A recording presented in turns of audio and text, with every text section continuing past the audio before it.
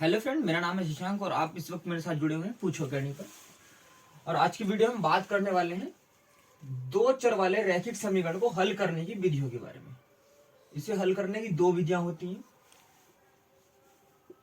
पहली होती है आलेखीय विधि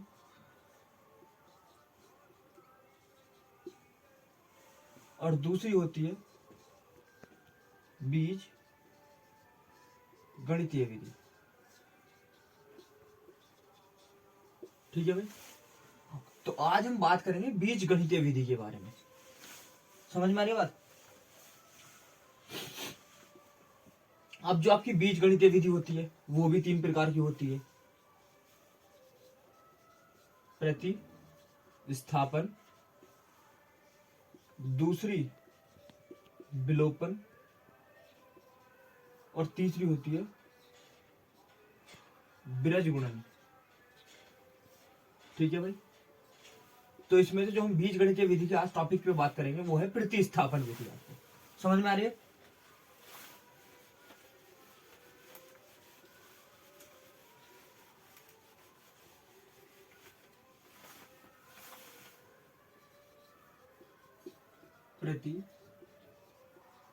प्रतिस्थापन विधि। अब प्रतिस्थापन का आप नाम से ही समझ पा रहे होंगे, एक स्थान की प्रति यानी कि एक स्थान से दूसरे स्थान तक जो भी क्वेश्चन मैं आपको करा रहा हूं वो सारा डाटा आपका गवर्नमेंट जो एनसीईआरटी है, ठीक है, और आज का जो टॉपिक है उसकी एक्सरसाइज है 3.3। वहां से आप क्वेश्चन को कर सकते हैं। और अभी भी बता रहा हूं, क्लास 10th के जितने भी बोर्ड के एग्जाम है उसके लिए आप गवर्नमेंट एनसीईआरटी को अगर कर ले वो सफिशियंट है एक अच्छा स्कोर करने के लिए।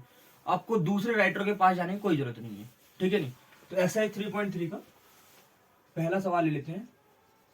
x प्लस वाई बराबर 14 और x माइनस वाई बराबर 4। ये दो समीकरण दे रखे हैं, इनको किस विधि से सॉल्व करना है? प्रतिस्थापन से। अब देखो, यह समीकरण 1, यह समीकरण 2। लिखो समीकरण 2 से, यानी कि समीकरण 2 पे हम काम कर रहे हैं। x 4 वाई अगर जाएगा तो क्या हो जाएगा? तो x बराबर हो गया 4 प्लस वाई, क्योंकि इधर जाएगा। ठीक, x का मान समीकरण 1 में रखने पर। अब यहां पे देखिए समीकरण 1 क्या है? x प्लस वाई बराबर क्या है? 14। अब यहां क्या रखना है? x का मान क्या है? 4 प्लस वाई। 4 प्लस वाई बराबर क्या हो गया? 14। अब 4 इधर जाएगा, क्या हो जाएगा? माइनस का। y और y क्या हो गए? 2y बराबर 14 माइनस 4। इधर आते हैं, 2y बराबर 14 माइनस 4, इसको लिख देते हैं ये 10। y बराबर क्या आ जाएगा? 10/2। तो y की वैल्यू क्या आ गई? अब y का मान चाहे आप इस समीकरण में रख दें या इस समीकरण में रख दें, आपको x की वैल्यू मिल जाएगी। जैसे y का मान समीकरण 2 में रखने पर, देखिए यहां पे रखिए क्या है समीकरण 2, x माइनस वाई है ना, y की वैल्यू क्या है? 5 बराबर क्या आ गया? 4। तो x बराबर आ गया 5, इधर आएगा 4 प्लस 5 इक्वल टू 9। तो x की वैल्यू क्या मिल गई आपको? 9। अब यही मान अगर आप चाहें तो समीकरण 1 से भी निकाल सकते हैं। जैसे यहां दे रखा है x प्लस वाई बराबर समीकरण 1 में 14 दे रखा है, यहां आप रखिए y की वैल्यू। तो x प्लस 5 बराबर 14 और x बराबर 14 माइनस 5 क्या आ जाएगा भाई? 9। तो आप किसी भी समीकरण में y की वैल्यू पुट कर सकते हैं और x का मान निकाल सकते हैं। इतनी बात क्लियर है? अब अगर वो आपको कहे सत्यापन कीजिए, क्या बोलता है? सत्यापन करना, तो आपको जो x की वैल्यू है और y की वैल्यू है वो दोनों समीकरण 1 में रख देनी है या 2 में। समीकरण 1 से देख लीजिए, 1 से। अब सत्यापन करने के लिए जो आपको दे रखा है दायां पक्ष, ठीक है नहीं, हाँ दाया पक्ष से 14। अगर बाएं पक्ष में मान रखने पर आपको दाया पक्ष प्राप्त होता है, समझ लिया आपका जो दोनों मान है वो बिल्कुल सही है। जैसे x प्लस वाई बराबर क्या है 14 है, x की वैल्यू क्या है 9 प्लस y की वैल्यू क्या है 5, और 9 और 5 कितना होता है 14। ये आपके दाएं पक्ष के बराबर आ रहा है। इसका मतलब क्या है, आपका आंसर x और y के मान बिल्कुल सही है। तो आप नोट कर सकते हैं इसे। एक्सरसाइज 3.3 का पहला सवाल है ये, हो गया। सवाल एक बार फिर समझ लो। प्रतिस्थापन विधि है, आपको दो समीकरण दिए रहेंगे, बोलेंगे प्रतिस्थापन विधि से सॉल्व करना है। आपको क्या करना है, किसी भी समीकरण में से पहली वैल्यू आपको देखनी है। अगर x और y जो चर पद है अगर वो अकेले हैं, जैसे बहुत से समीकरण में अभी आगे जो सवाल कराऊंगा मैं उसमें आपको ऐसे दे रखा होगा 2x प्लस वाई, यानी कि x के साथ कोई भी एक अचर पद दे रखा होगा चर पद के साथ। जब आपको खाली चर पद दे रखे हो तो सवाल बहुत आसान हो जाता है, आराम से कहीं से भी चर पद का मान निकालिए। जैसे हमने x का मान निकाला, y गया इधर तो 4 प्लस वाई हो गया, तो x का मान हमने कहा रखा समीकरण 1 में। ये भाषा आपको लिखनी होगी किस समीकरण के साथ आप काम कर रहे हैं। यहाँ हमने समीकरण 2 ली थी और x का मान कहाँ डाला है समीकरण 1 में। ऐसा नहीं उठा के फिर इसमें डाल दिया समीकरण 2 में, ठीक है। तो समीकरण 1 क्या है, x प्लस वाई बराबर 14। यहाँ x की वैल्यू पुट करो जो आपने समीकरण 2 से निकाली है, 4 प्लस वाई, वाई और वाई कितने हो गए 2 वाई, 4 इधर गया क्या हो गया माइनस का, तो 14 माइनस 4 कितना हो गया आपका 10 हो गया। तो y की वैल्यू कैसे निकलेगी, 2 यहाँ पे क्या है गुणा में, बराबर के इधर जाएगा तो क्या में पहुंच जाएगा डिवाइडेशन में, 2 पंजे 10, तो y की वैल्यू क्या आ गई आपकी 5। y का मान हमने कहा रख के दिखाया आपको समीकरण 2 में, आपको समीकरण 1 में रख के भी दिखा दिया है। और सत्यापन करने के लिए आप किसी भी एक समीकरण को लेना है, उसमें x और y की वैल्यू रख के दिखानी है। अगर दाया पक्ष आपका बराबर आता है तो समझ लिया आपके जो x और y के मान है वो बिल्कुल क्या है सही है। क्लियर है। नेक्स्ट सवाल लेते हैं।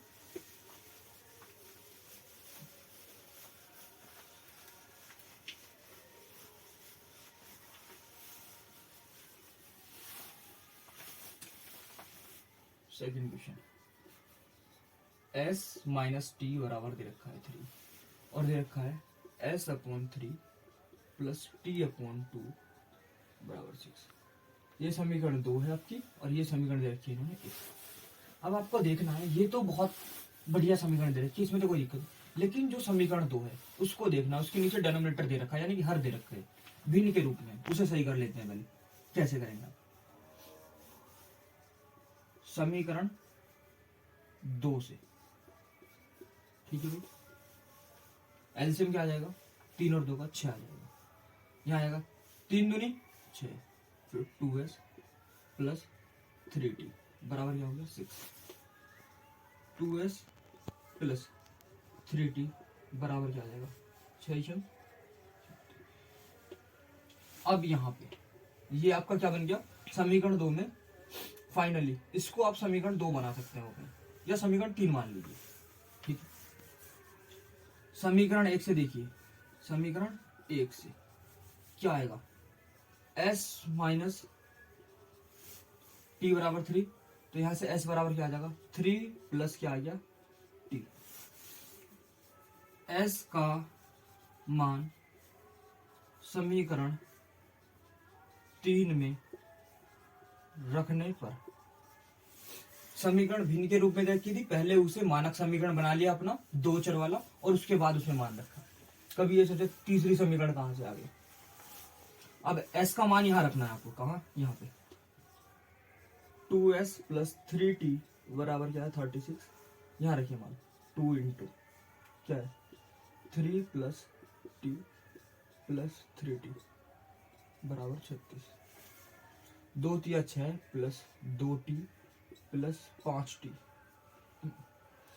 3t बराबर 36, 3 और 2 कितना हो जाएगा 5t और 36, 6 इधर चला जाएगा माइनस हो जाएगा, 5t बराबर कितना आ जाएगा 30 और t बराबर आ जाएगा 30/5, 5 6 30, तो t बराबर क्या आ गया 6। अब तुम्हें किसका मान निकालना है s का, यहां पे देखो समीकरण, या ऐसे लिखो s के मान के लिए, s के मान के लिए बहुत आसानी से मिल जाएगा। कैसे, आपको क्या करना है s बराबर क्या है 3 प्लस टी है, यहाँ टी की वैल्यू पुट करो, तो 3 प्लस 6 बराबर क्या आ गया 9। तो एस बराबर क्या आ गया 9। सत्यापन करने के लिए आप बहुत आसानी से देख सकते हैं। समीकरण 1 लेनी है, एस का मान क्या है 9, टी का मान क्या है 6, 9 में से 6 गया क्या बचेगा 3। तो ये आपका सत्यापन हो जाएगा बहुत आसानी से। हाँ भाई, सवाल को फिर से देख ले एक बार। आपको सवाल क्या देता, एस माइनस टी बराबर 3 समीकरण पहली, एस बटे 3 प्लस 3 टी बटे 2 बराबर 6 समीकरण दूसरी। आपको जो समीकरण इस रूप में दी हो भिन्न के रूप में, पहले उन्हें सही कर लेना है। वो कैसे करेंगे, आपका एलसीएम लेंगे, 3 और 2 का एलसीएम क्या आएगा 6, फिर एलसीएम लेने के बाद यहाँ क्या आएगा 6, 3 से कितनी बार कटेगा 2 बार, तो 2 की गुणा इससे 2t प्लस 2 6 से कितनी बार कटता है 3 बार, तो यहाँ हो गया 3t बराबर 6। अब 6 की इधर क्रॉस मल्टीप्लाई कर देंगे तो 2s प्लस 3t बराबर 36। ठीक है, ये समीकरण 3 बना लेंगे अपने। समीकरण 1 से लेंगे, वहां से हम s की वैल्यू निकाल लेंगे, s माइनस टी बराबर कितना 3, तो s बराबर क्या आ गया 3 प्लस टी, और ये उठा के मान समीकरण 3 में रख देंगे। यहाँ पे रखा हमने तो क्या हो गया 2 तिया 6 प्लस 2t प्लस 3t, 3 और 2 कितने हो गए 5t, और 6 इधर जाके क्या हो गया माइनस हो गया, तो 36 में 6 कितना बचा 30, तो t बराबर है 30 बटे 5 और 5 छंग 30, और t का मान जब 6 है s की वैल्यू निकालने के लिए यहाँ पे रख दीजिए, s बराबर क्या है 3 प्लस टी, 3 3 और 6 कितना होता है 9, तो s की वैल्यू कितनी आ गई 9। बात समझ में आई। अब अगला क्वेश्चन देख लेते हैं।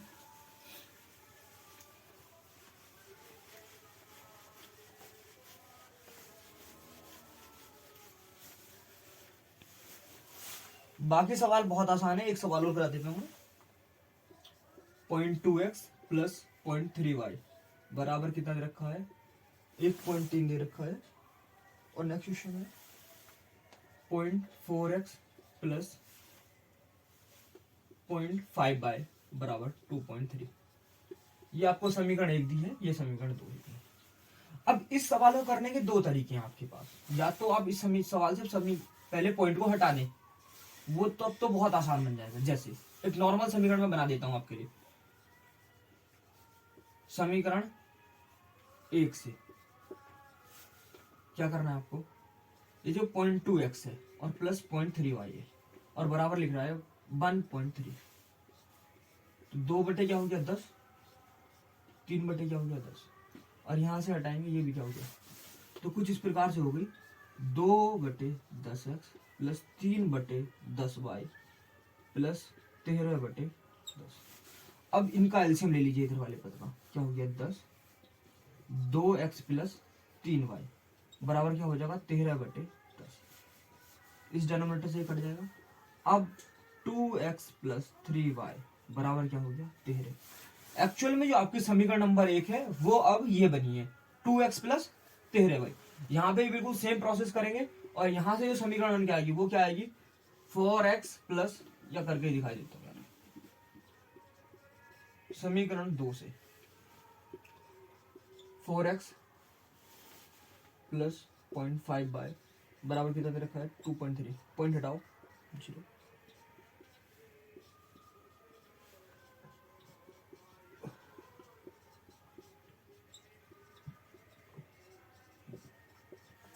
एलसीएम ले लो 4x प्लस 5y,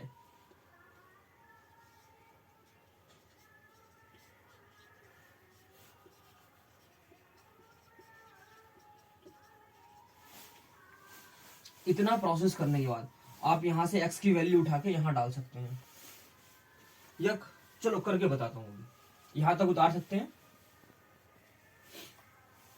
इसको मान लीजिए आप अपनी समीकरण नंबर 3 जो समीकरण 1 से बनी है, और ये होगी हमारी समीकरण नंबर 4। ठीक है,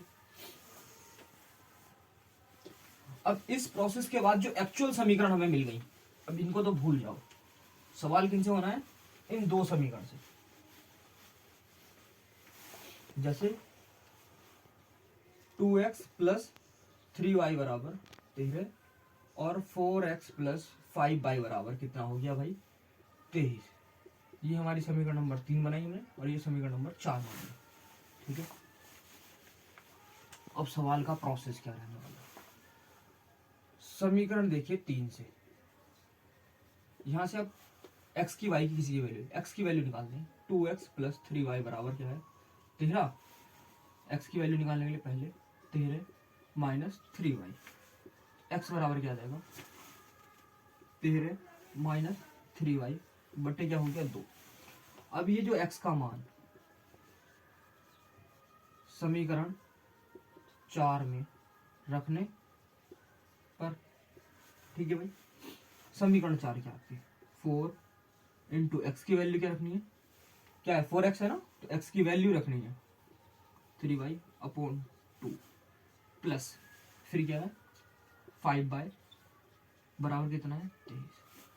अब 2 दूनी कितना कट रहा है 4, तो आपका जो सवाल है वो ऐसा हो गया 2 इंटू 13 माइनस 3y प्लस 5/23।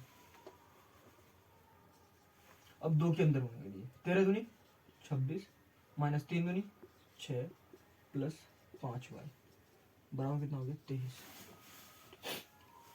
अब 26 को इधर भेज दीजिए और 6 में से 5 के कितना बचा माइनस का y बचा, और 23 में से 26 माइनस y बराबर क्या गया माइनस का 3, माइनस से ये कैंसिल माइनस, y बराबर वैल्यू कितनी मिल गई आपको 3। अब वो मान आप यहाँ रख दीजिए या किसी समीकरण में रख दीजिए, आपकी मर्जी है। जैसे मान लो समीकरण 3 से तो क्या था 2x प्लस 3y था बराबर क्या था 13, तो 2x बराबर 3 तिया 9, ये इधर चला जाएगा, x बराबर क्या आ जाएगा 13 में से 9 गया कितना बचा 4/2, 2 दूनी 4, तो x की जो फाइनल वैल्यू आपको मिल गई है वो कितनी आई है 2, और y की कितनी है 3। सत्यापन के लिए आप यहाँ डाल दीजिए 2 दूनी 4, 3 तिया 9, और 9 और 4 कितना होता है 13। बात समझ में आ रही है, क्लियर है। अब नेक्स्ट क्वेश्चन देखें।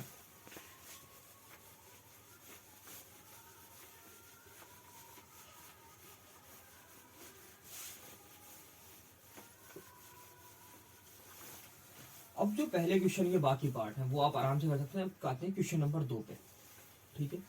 वो आपको दे रखा है 2x प्लस 3y बराबर 11 और 2x माइनस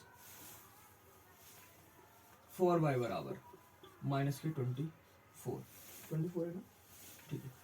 और बोला है इन दोनों समीकरण को हल करके m का मान ज्ञात करो, और समीकरण दिए y बराबर mx प्लस 3, ठीक है भाई। यहां से आपको ज्ञात करना है किसका मान, m का मान ज्ञात करना है। और पहले अपने को पता है प्रतिस्थापन विधि से यहां से क्या करना पड़ेगा आपको, x और y की वैल्यू निकालनी है, और वो y की और x की वैल्यू यहां पुट करके m की वैल्यू निकलेगी। बहुत आसान सवाल है। जैसे अब किस सवाल से करें, समीकरण 1 ये है हमारी, समीकरण 2 ये है, दोनों में क्या दे रखा है 2x, बिल्कुल कॉमन बात है। तो आप यहाँ से x की वैल्यू ना निकाल के पूरे 2x की वैल्यू निकाल लीजिए। एक तो पहला तरीका जो मैंने आपको पहले बताया, इस तरीके में आपको क्या करना है 2x की पूरी वैल्यू निकालते हैं। जैसे समीकरण 1 से करते हैं 2x प्लस 3y बराबर क्या है 11, तो 2x बराबर क्या हो जाएगा 11, ये इधर जाके क्या हो जाएगा माइनस 3y। 2x का मान समीकरण किस में रखना है 2 में रखने पर, ठीक है भाई। यहां पे रखिए 11 माइनस 3y माइनस 4y बराबर क्या हो गया माइनस का 24। 11 इधर जाके माइनस का हो जाएगा, माइनस के 3 और माइनस के 4 कितना हो गया माइनस के 7y बराबर माइनस के 24, और माइनस के क्या हो गया 11, माइनस के 7y, 24 और 11 कितना होता है माइनस का 35, माइनस से क्या खत्म हो गया माइनस, y बराबर क्या हो गया 35/7, 7 पंजे 35। y का जो मान मिला है आपको वो 5 आ गया। y का मान समीकरण 1 में रखने पर, ठीक है भाई। यहाँ पे रख दीजिए 2x माइनस हाँ प्लस 3y बराबर 11। तो 2x प्लस 3 पंजे कितना होता है 15। 2x बराबर कितना 11 माइनस 15। तो 2x बराबर कितना हो जाएगा 15 में से 11 गए माइनस के 4। तो x बराबर हो जाएगा माइनस के 4/2। ठीक है ना। और 2 दूनी कितना हो गया 4 और x बराबर क्या आ गया माइनस के 2। अब आपको अगर सत्यापन करना हो, सत्यापन तो बात की बात है, चलो बाद में करते हैं, पहले m का मान निकालने के लिए m के मान के लिए समीकरण क्या है y बराबर mx प्लस 3। y की वैल्यू पुट करिए इसमें 5 प्लस x की वैल्यू क्या हो गई माइनस के 2m, x का मान माइनस के 2 गुणा m प्लस 3। ठीक है 3 इधर ले गया, क्या हो गया माइनस का माइनस के 2m। 5 में से 3 गए कितना बचा 2 बराबर माइनस के 2m। ये माइनस का 2 इसके बटे में चला जाएगा 2 ही करा 2 बराबर m। तो जो आपको m की वैल्यू मिली वो कितनी मिल गई -1। क्लियर है भाई। तो ये आपके आज जितने सवाल कराए हैं वो सभी हैं, आप इसको उतार सकते हैं और आपका बचा हुआ काम ये है एक्सरसाइज 3.3 के सारे सवाल करके लाने। और जो सवाल आपसे ना हो वो आप कमेंट सेक्शन में मुझे बता सकते हैं, मैं बता सकता हूँ। ठीक है।